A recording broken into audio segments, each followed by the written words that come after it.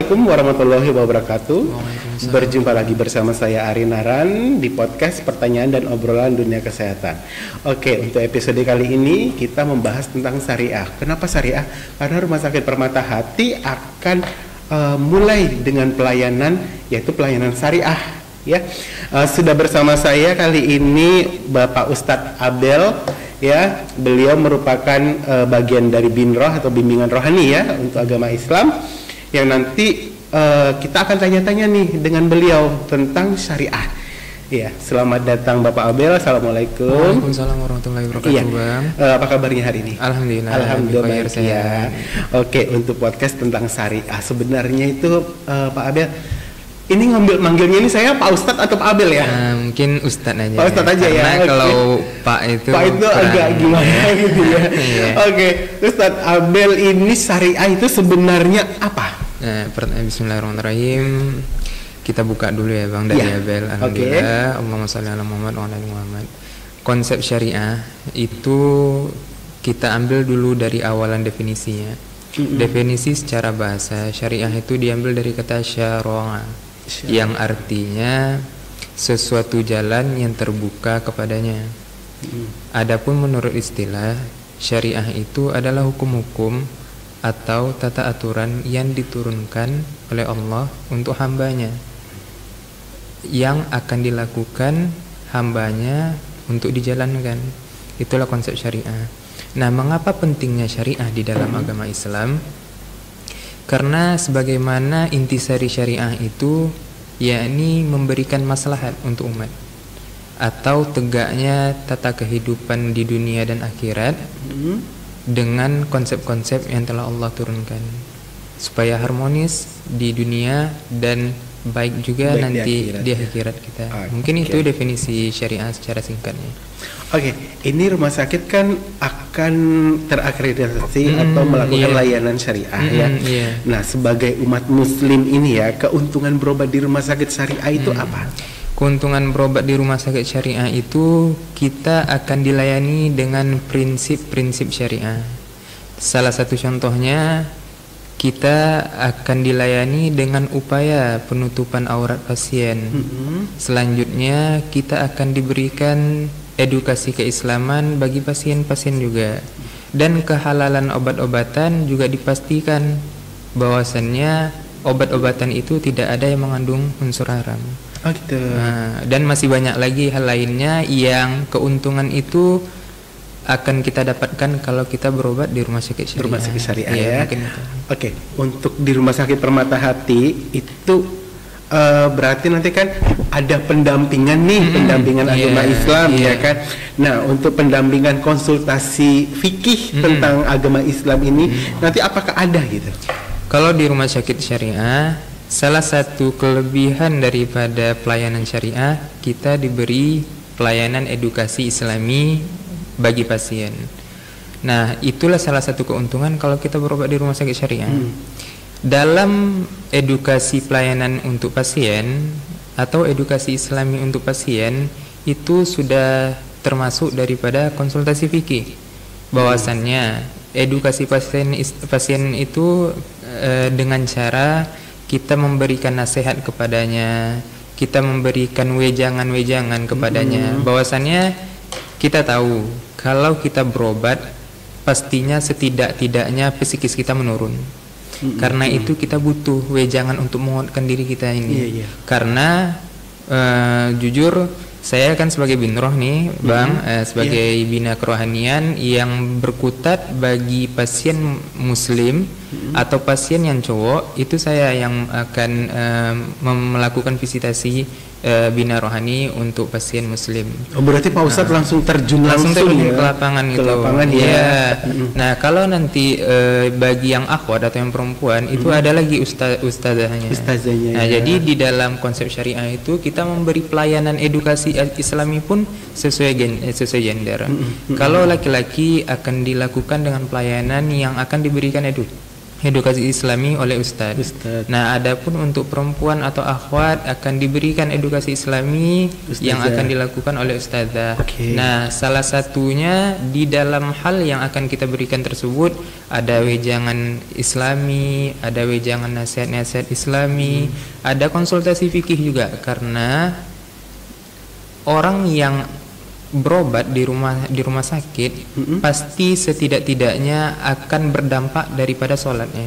Karena itu konsultasi fikih wajib akan kita lakukan dari tim bina rohani untuk memberikan edukasi bagaimana sih tata cara sholatnya, bagaimana tata cara wudhunya juga selama sakit, karena berbagai macam yang akan kita hadapi. Berbeda-beda juga nanti pasiennya. Ada pasiennya nanti yang mungkin nggak bisa duduk, bisa nanti sholat dalam keadaan tidur. Kalaupun nggak bisa tidur, nanti bisa sholat dalam keadaan isyarat aja.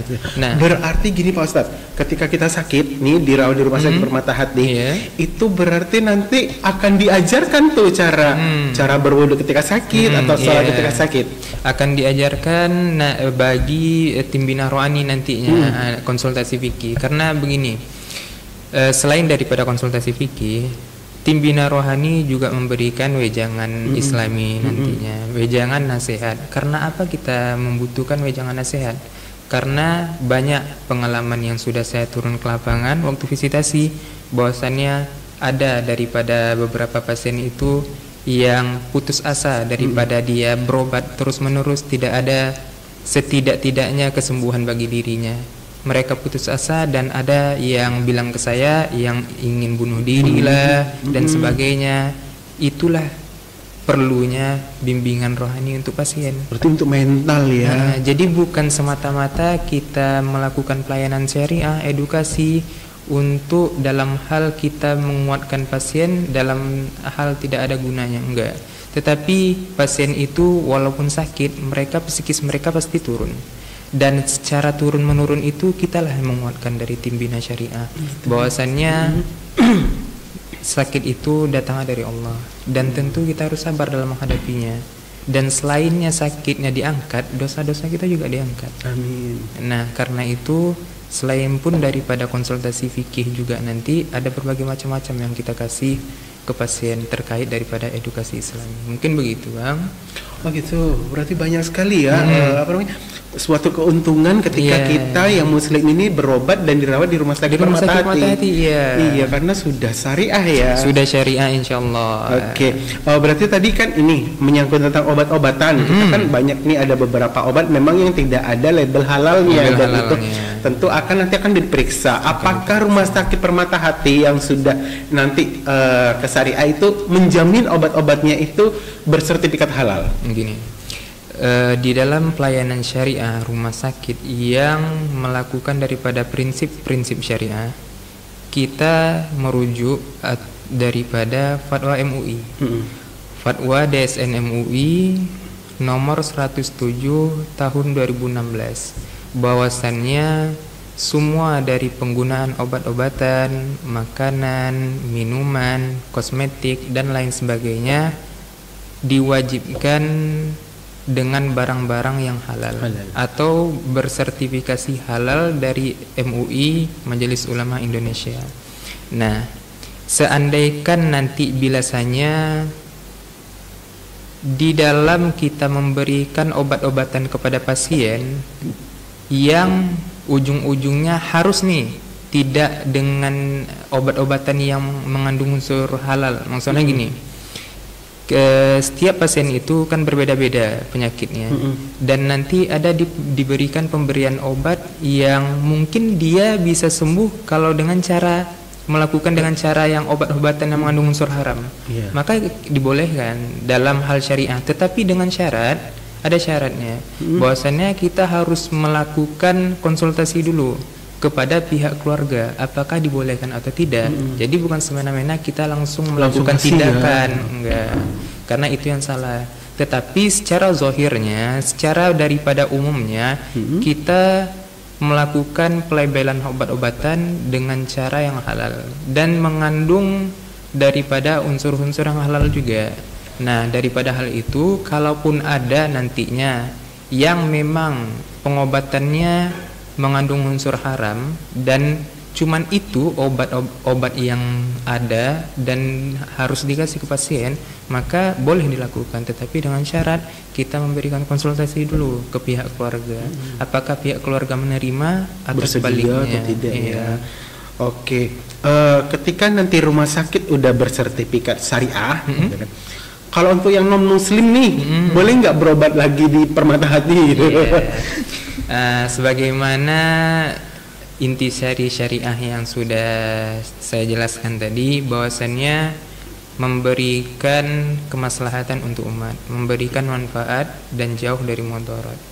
Nah, umat itu dalam definisinya adalah seluruh komponen masyarakat dan bangsa.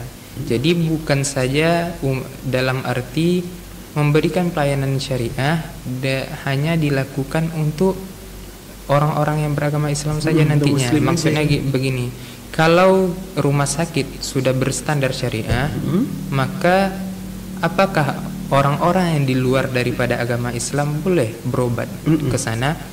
Malahan boleh dan dibolehkan juga. Maksudnya inilah hal yang dilandaskan bahwasannya seluruh agama itu tidak ada daripada pandang bulunya. Kalau kita sudah menjadikan rumah sakit kita syariah, dan di dalam hal itu kita tidak memandang bahwasannya mereka Islam baru kita layani, enggak. Tetapi di luar agama Islam pun kita harus layani juga.